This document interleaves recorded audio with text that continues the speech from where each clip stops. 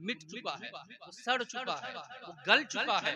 आपको मालूम है कि कयामत में जब सूर फूका जाएगा तो सारे के सारे उठकर महशर की तरफ भागेंगे।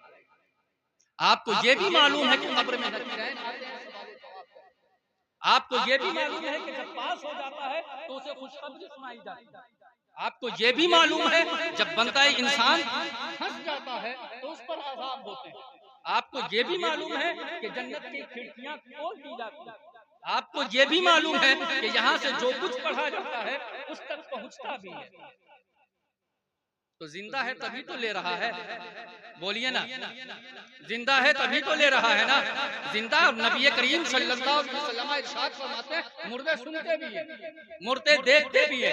जिंदा इंसान से ज्यादा कुव्वते समाता जो है, कान तेज, ये मुर्दे की हुआ करता है। ये मुफ्ती साहब बैठे हैं इसलिए इतनी गाड़ी गुफ्तगू कर रहा हूं। जिंदों से ज्यादा मुर्दे सुना करते हैं। तो मैं कितना खुश नसीब हूं कि बेटा बोल रहा है और बाप कब्र से भी सुन रहा है।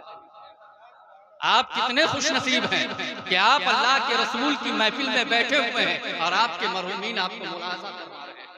जब मरहूमीन आम मोमिनीन का ये आलम है तो मुस्तफा जाने रहमत का आलम क्या होगा। इसीलिए सैयदी आला हजरत ने इरशाद फरमाया, तो जिंदा है वल्लाह, तो जिंदा है वल्लाह मेरे जिस्म। इसलिए ऐ मेरे भाई जो बुजुर्गों, दोस्तों, ये पैगाम अमल आप लेकर जाएं। जो भी मरहूम आपकी दुनिया से रुखसत हो चुके हैं, आप उसके लिए इसाले सवाब करें, हमेशा इसाले सवाब करें। आपका हर एक कदम अगर शरीयत के मुताबिक है, समझे ये भी उसी अमल। इसलिए आप अपने कदम को संभालें। आज हमारे यहाँ हमारी कौमें, हमारी नस्लें, हमारे नौजवान, हमारे बूढ़े, हमारे बाप, हमारे दादा, हमारे चाचा शरीयत से इतना ज्यादा दूरी बना चुके, इतना ज्यादा दूरी बना चुके हैं, मुर्दे भी देखते होंगे तो शर्मा जाते होंगे। इसलिए आपके बाप, आपके दादा, आपके परदादा, आपके परनाना आपको देख रहे हैं। ये दिल के अंदर आप जगह देंगे ना तो बुराई से आप बचेंगे। ये जगह जब मिलेगी हज़रत तभी आप बुराई से बच पाएंगे। और आप अगर अपने दिल को मार लेंगे और कहेंगे सब मर गया मैं ही जिंदा हूं, तो आप बुराई पर आमादा हो जाएंगे। और आज यही है, हम और आप यही कर रहे हैं।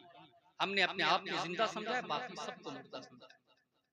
और यही नहीं, एक मुसलमान का टुकड़ा इम्तियाज होनी चाहिए, कोई देखे या ना देखे, लेकिन मेरा खुदा जरूर देख रहा है, मेरा खुदा जरूर देख रहा है।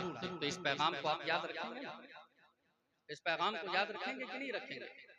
इसलिए मैं आपसे बस 2 मिनट और लेकर मैं अपनी गुफ्तगू को खत्म करूंगा। हुकूक 3 तरह के होते हैं, बुनियादी हुकूक, हुकूकुल्लाह, हुकूक नफ्स और हुकूकुल इबाद। ये 3 तरह के बुनियादी हुकूक हैं। हुकूकुल्लाह में अल्लाह का हक आता है, जैसे नमाज है, रोजा है, हज है, ज़कात है। हुकूक नफ्स में आता है अपने आप पर कंट्रोल, जैसा कि हदीस शरीफ में है, नबी करीम सल्लल्लाहु तआला अलैहि वसल्लम इरशाद फरमाते हैं, ए अबू लास, क्या बात है कि मैं तुझे देख रहा हूँ कि दिन रात तुम रोजा रखे जा रहे हो, तुम्हारी जान का भी तुझ पर हक है, तुम्हारे नफ्स का भी तुझ पर हक है, तुम्हारे माँ बाप का भी तुझ पर हक है, तुम्हारी औलाद का भी तुझ पर हक है, तुम्हारी बीवी का भी तुझ पर हक है। तो इस हदीस शरीफ से साबित हुआ कि हक़ नफ्स भी होता है, और उसमें सबसे बड़ा यह है बुराई से अपने आप को बचाना। और हुकूकुल इबाद में सबसे